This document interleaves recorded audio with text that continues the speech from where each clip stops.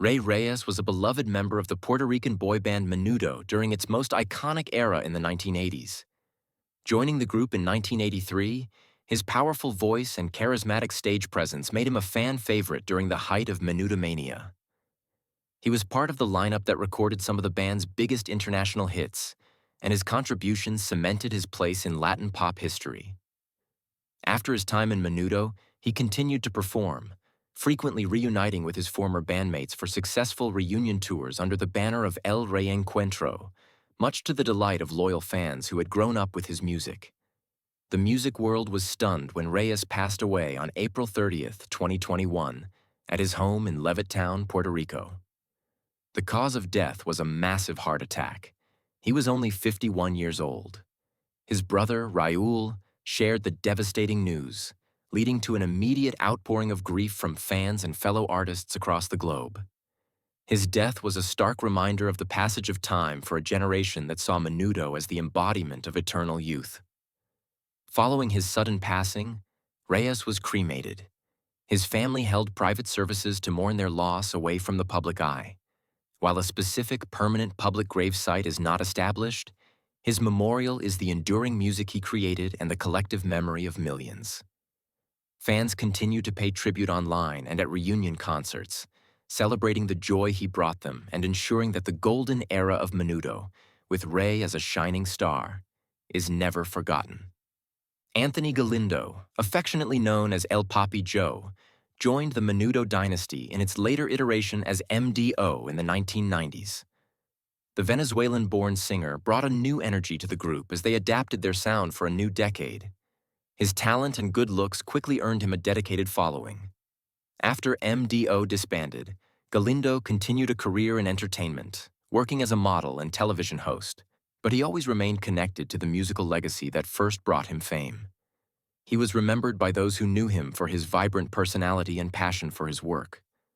Tragically, Galindo's bright smile hid a deep struggle with depression, a battle that was exacerbated by the professional inactivity caused by the global pandemic in 2020. On September 27, 2020, he attempted to take his own life. He was hospitalized in critical condition in Miami, Florida, but his body had sustained too much damage. He passed away on October 3, 2020, at the age of 41. His family made the compassionate decision to donate his organs, allowing his final act to be one of life-saving generosity. In accordance with their wishes for privacy during an unimaginably difficult time, the details of his final resting place have been kept private. His memorial exists in the hearts of his family, friends, and fans who were touched by his talent and who now advocate for greater awareness of mental health issues in his honor. Chris Trousdale was the vibrant, talented heart of the boy band Dream Street. With his distinct spiky blonde hair and impressive vocal and dance skills, he captured the attention of countless fans during the group's run from 1999 to 2002. After the group disbanded, Trousdale continued to pursue his passion for performing. He appeared on Broadway and released solo music, always showcasing the immense talent that had made him a star as a teenager. He remained a beloved figure for those who grew up with Dream Street's infectious pop songs, representing a nostalgic and joyful period for many. The world was shocked and saddened by the news of Trousdale's untimely death on June 2, 2020, at the age of just 34. He passed away at a hospital in Burbank, California, due to complications from an illness, which was later confirmed to be COVID-19 during the early stages of the pandemic. His death was one of the first high-profile losses from the virus within the entertainment community, bringing the reality of the global crisis home for many of his fans. His family requested privacy as they mourned, and details about his final resting place have not been made public. However, his memorial was immediate and widespread. His former bandmate Jesse McCartney posted a moving tribute, and fans flooded social media with memories. His grave is the legacy of his music and the cherished place he holds in the hearts of a generation. Brian Briz Gillis was a foundational member of the pop group LFO, or Light Funky Ones. He, along with Rich Cronin and Brad Fischetti, formed the original trio in Massachusetts in the mid-1990s. Gillis was with the group during its formative years, helping to develop the sound and style that would later launch them to stardom. He contributed to their early work, including their initial version of the song that would become Summer Girls. He left the group in 1998, before they achieved their massive commercial success, to pursue other opportunities. Despite his departure, he remains an essential part of the LFO origin story.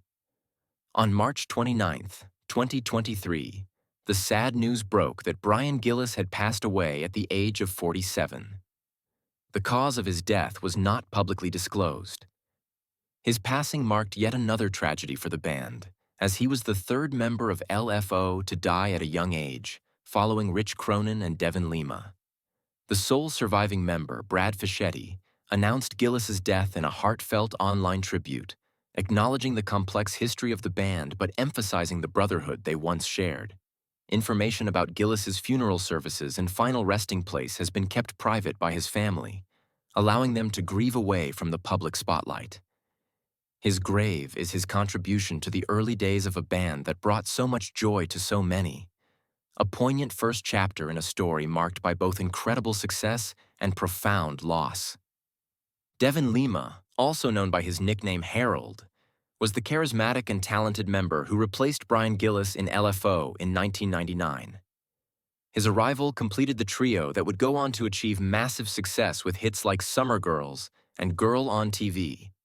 Lima's smooth vocals, energetic performances, and upbeat personality made him an instant favorite with fans.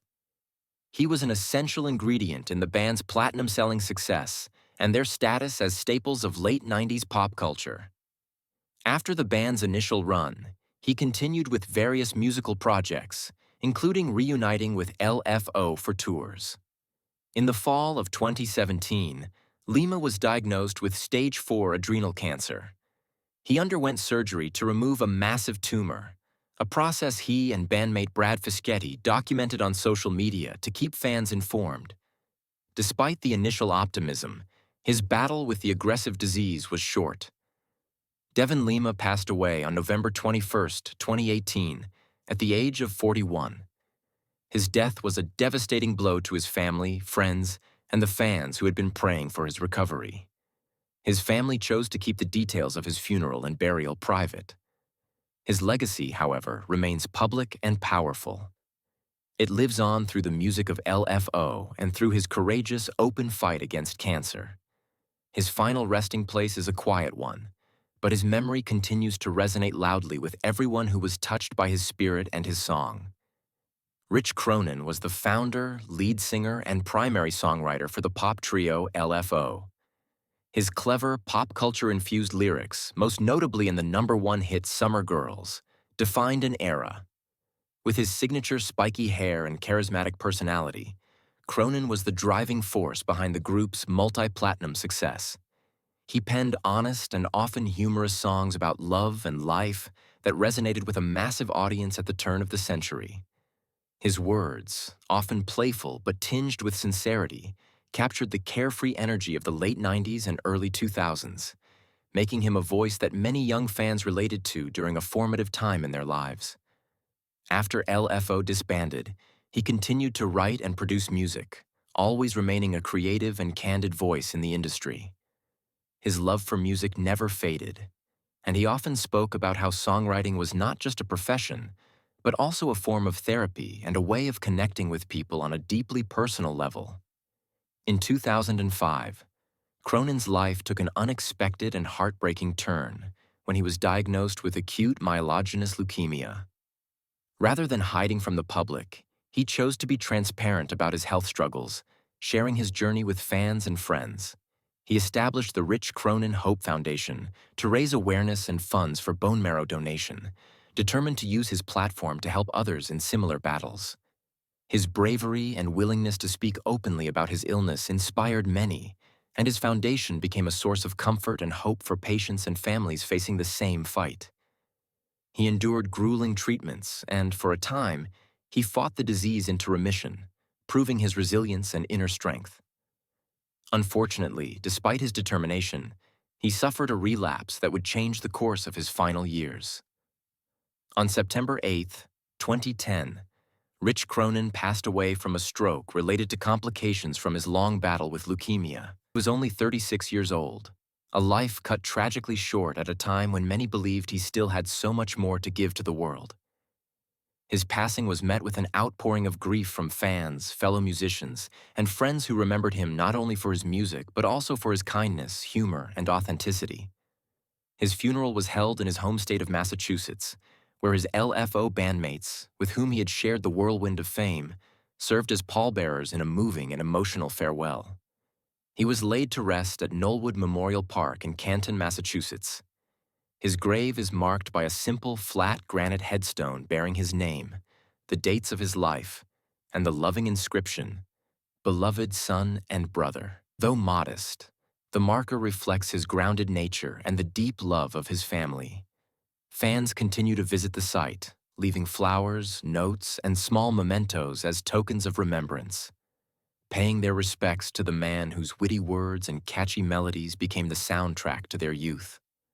To this day, his songs remain staples of nostalgic playlists, a reminder of summers past, teenage crushes, and moments of joy captured in music.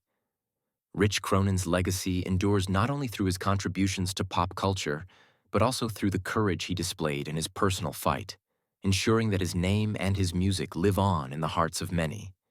Liam Payne rose to global superstardom as a member of One Direction, one of the best-selling boy bands of all time.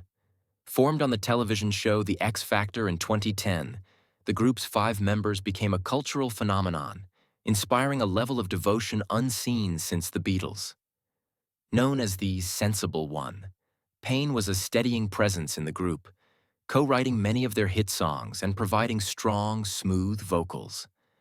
After the band went on hiatus in 2016, he launched a successful solo career, exploring different musical styles and collaborating with other artists, proving his versatility and lasting appeal. The world was thrown into a state of shock and disbelief on October 16, 2024, when news broke that Liam Payne had died at the age of 31. He passed away after falling from a third-floor balcony of a hotel in Buenos Aires, Argentina, where he had traveled to work on his music. The sudden and tragic nature of his death sent waves of grief across the globe, not only among his massive fan base but throughout the entire music industry. His body was repatriated to the United Kingdom, where his family held a private funeral.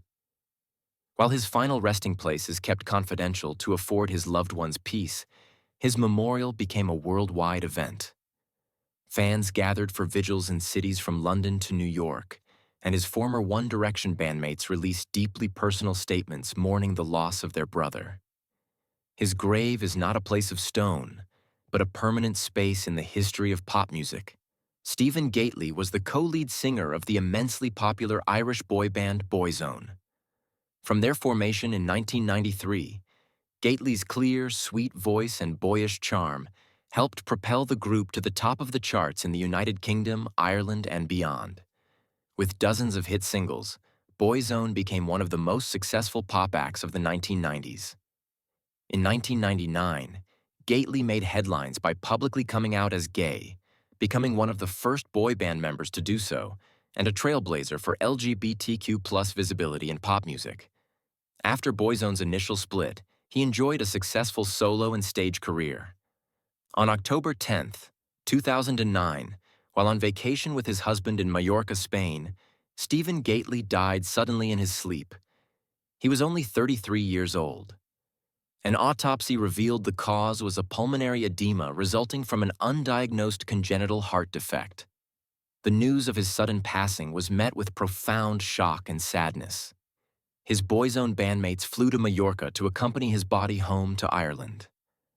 His funeral at St. Lawrence O'Toole's Church in Dublin was a massive event, with thousands of fans lining the streets.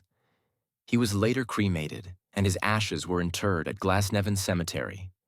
His final resting place is marked by a simple, elegant black headstone inscribed with the words, "In loving memory of Stephen Patrick Gately, a son, a brother, a friend, a husband, a star. In a garden full of flowers, you were the most beautiful of all." Paul Cattermole was one of the 7 bright, energetic members of the British pop group S Club 7. Formed in 1998, the mixed-gender group starred in their own popular television series and released a string of #1 hits, including Bring It All Back and Don't Stop Movin'. Cattermole was known for his soulful voice and his easygoing, slightly rock-edged persona. He left the group in 2002 to pursue his musical roots with his old rock band, but he remained a beloved member of the original lineup that brought so much joy to fans worldwide. The pop world was left reeling when, on April 6, 2023, Paul Cattermole was found dead at his home in Dorset, England. He was only 46. His death was determined to be from natural causes related to underlying heart issues. The timing was especially tragic, as his passing came just weeks after S Club 7 had announced a highly anticipated 25th anniversary reunion tour. In the wake of their devastating loss, the remaining members of the group paid emotional tribute to their friend. A private funeral was held for family and his bandmates. In lieu of a public grave for fans to visit, his memorial became the reunion tour itself. The band renamed it the Good Times Tour in his honor, a reference to a song on which he sang lead vocals. His legacy was celebrated every night on that tour, a testament to the music and friendship that defined his life. Michael Jackson's journey to becoming the king of pop began as the prodigious lead singer of the Jackson 5. Alongside his older brothers, he delivered a string of #1 hits in the late 1960s and early 70s. His electrifying stage presence, soulful voice, and incredible dance moves were evident even as a child, setting the stage for what would become the most successful and influential career in modern music history. He was the heart and soul of the family group that broke racial barriers and created a timeless catalog of joyful, beloved songs. On June 25, 2009, the world came to a standstill with the news that Michael Jackson had died at his home in Los Angeles at the age of 50. The cause of death was an overdose of prescription drugs, primarily propofol, administered by his personal physician. His passing triggered a global outpouring of grief on an unprecedented scale. His televised memorial service was one of the most watched events in history. After a private family service, Michael Jackson was entombed on September 3, 2009, in the Great Mausoleum at Forest Lawn Memorial Park in Glendale, California. His crypt is located in the Holly Terrace section of the highly secured private mausoleum, making it inaccessible to the general public. Despite this, the memorial park has become a pilgrimage site for legions of fans who gather outside the building's gates, leaving a sea of flowers, letters, and tributes to honor the man whose music provided the soundtrack to their lives. Chris Kelly, known by his stage name Mac Daddy, was one half of the iconic 1990s kid rap duo Criss Cross. Along with his partner Chris Daddy Max Smith, Kelly shot to international fame with their debut single Jump in 1992. The song was a global phenomenon, topping charts for weeks. Criss Cross became equally famous for their unique fashion sense of wearing their clothes backward, a trend that was copied by kids all over the world. With their infectious energy and catchy hits, they became one of the most successful teen acts of the decade. After years of living a more private life away from the music industry, Chris Kelly was found unresponsive at his home in Atlanta, Georgia, on May 1, 2013. He was pronounced dead at a local hospital. An autopsy later confirmed that his death was the result of a drug overdose. He was only 34 years old. His death sent a shockwave through the hip-hop community and among fans who grew up with his music. His funeral was a large and emotional affair, attended by his family, friends, and peers from the music world. During the service, his partner, Chris Smith, gave a tearful eulogy, remembering Kelly as a true friend and brother. Chris Kelly was laid to rest at Westview Cemetery in Atlanta. His grave serves as the final resting place for a young star whose music and style defined a moment in time for an entire generation. Ricky Valenzuela was a peripheral but important figure in the story of the Monkees, the beloved American pop rock band created for television in the 1960s. While not one of the main four members who appeared on screen, Valenzuela was a talented musician and songwriter who was part of the vibrant Laurel Canyon music scene from which the Monkees emerged. He worked with the band during their early pre-fame days, contributing to demo recordings and brainstorming sessions that helped shape the Prefab Four's initial sound. His association with the group connects him to a pivotal moment in music history, when television and pop music merged to create a cultural phenomenon. After the whirlwind of Monkey Mania, Valenzuela chose a quieter life, stepping away from the mainstream music industry to focus on his family and smaller local music projects. He passed away from natural causes in 2017 at the age of 76, having lived a long and full life, far from the spotlight he once brushed up against. His death was noted primarily by music historians and die-hard fans of the Monkees who were familiar with the band's extensive network of collaborators. He was buried in a modest cemetery in Southern California, his grave marked by a simple, unadorned headstone. For those who know his story, the site is a poignant reminder of the countless unsung artists who contribute to the magic of famous bands. A quiet final note in the joyful, raucous symphony of the Monkees.